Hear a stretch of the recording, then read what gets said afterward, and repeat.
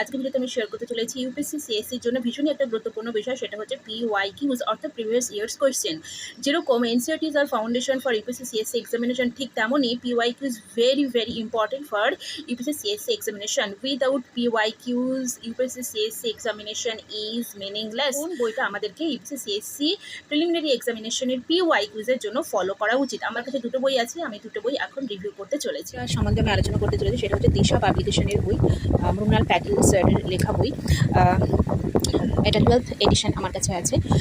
বিষয়টা এখানে 27 years UPSC preliminary examination পিওয়াইকিউজ সম্বন্ধে আলোচনা করা হয়েছে।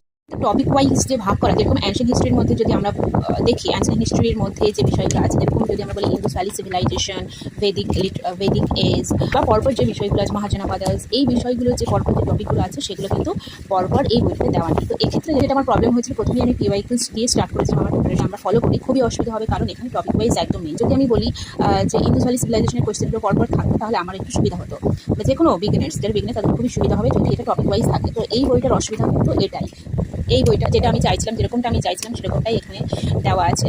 হরপ্পান সিভিলাইজেশন থেকে ইয়ার ওয়াইজ কোন কোয়েশ্চেনগুলো এসছে, এই বইটা দেখলে একটা বেসিক ধারণা চলে আসবে যে আমাদেরকে কোন টপিকগুলোর উপর, কোন বিষয়গুলোর উপর আমাদেরকে জোর দিতে হবে, বা কোন বিষয়গুলো আমাদেরকে মাথায় রেখে পড়তে হবে এনসিইআরটিস থেকে। তো সবসময় মাথায় রাখতে হবে যে শুধুমাত্র পিওয়াইকিউজ দিয়ে শুরু করলাম, বা শুধুমাত্র এনসিইআরটিস দিয়ে শুরু করলাম নয়, এনসিইআরটিস এবং পিওয়াইকিউজ পাশাপাশি রেখে আমাদেরকে পড়তে হবে, এবং সেটা আমি পরবর্তী ভিডিওতে শেয়ার করতে কীভাবে এনসিইআরটিস এবং পিওয়াইকিউজ একসঙ্গে পড়তে হবে।